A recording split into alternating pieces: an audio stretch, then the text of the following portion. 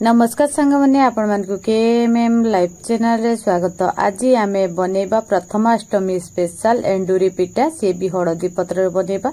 पूरा पूरी के तुड़ा परिका नरम हबो, खाइबा पई बहुत सुंदर लागिबो। 300 ग्राम बिरी नबा।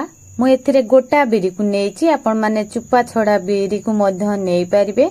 फर्स्ट आमे बिरी रु चुपा को बाहर कर नबा।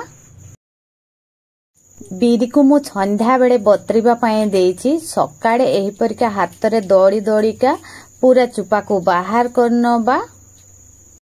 एबे आउ किछिटा हमें पानी दे दबा। हाथ रे जेतको चक्कुटा हेछि, जेतको परिमाण चुपा की बाहरी जाइछि सेगा सब ऊपर को आसी जिवो। एबे बेला रे पानी तक को बाहर करनबा। सेम प्रोसेस रे चकटी चकटी बिरी रु हमें चुपा को बाहर करनबा। बिरी नहीं छे हमें 300 ग्राम, ताकू एबे चुपा भल के काढे नबा। जस्ट खाली गोटे गोटे चुपा रही जाइछि। एबे हमें गोटे गिन्हा रे मापी की नबा। फर्स्ट पेज रे हमें ओजन कर नेथिले 300 ग्राम। एबे गिन्हा रे मापी की नबा। देखंतु गोटे गिन्हा फुल हैला हमर चुपा छडा बिरी, ताकू एबे हमें चिकण भाबरे पेस्ट बनै नबा। एबे हाथ रे हमें किछि समय एई परिका फेंटी नबा एवं रेस्ट रे रखी दबा। जो गिना रे आमे मापी की बिरी नेचे सेई गिना रे गोटे गिना अरुआ चाउल आउ हाफ गिना एकाकु एबे चिकण भाबरे आमे ग्राइंडिंग करनबा। नॉर्मल जे परिका कि आमे चाउल चूना घरे प्रस्तुत करता सेई टाइप रो बनेबा। हेले पानी देके चाउल चूना बनेबानी, सुखिला रे बनेबा।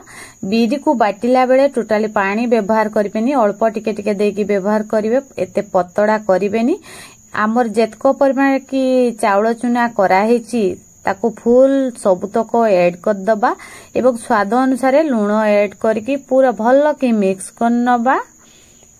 कढ़ा हमर गरम हवा परे एतिरे हाफ चम्मच घी ऐड कर दबा। एतिरे एबे गोटे फुल नडिया को कुरिकी ऐड करिबा। जेते अधिक परिमाण पूरा होबो खाइबा पई एते टेस्टी लागिबो। चीनी हाफ गिना ऐड करिबा। आपण माने चीनी बदल रे गुड़ को मध्य व्यवहार करि परिबे। एथिरे एबे गोलमरिच गुजराती गुंड हाफ चम्मच ऐड कर दबा। देखंतु पूरा पाखापाखी हमर रेडी हे गला। एबे हमें पूरा तक को बाहर करनबा। एंडूरी पिठार मेन हैला हळदी पत्र।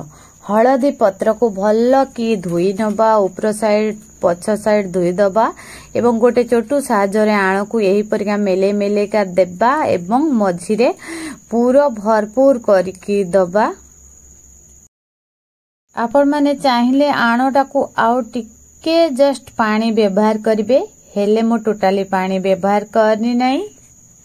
पूरा को देई सारिबा परे एही परिका दुई हाथ रे हल्का हल्का प्रेस कर दबा। पूरा पूरा पूरी मझी को चली जिवो। ए पिठा पूरा पूरी हमर रेडी हे गला। सेम प्रोसेस रे सबुतक एंडूरी पिठा को बनै नबा।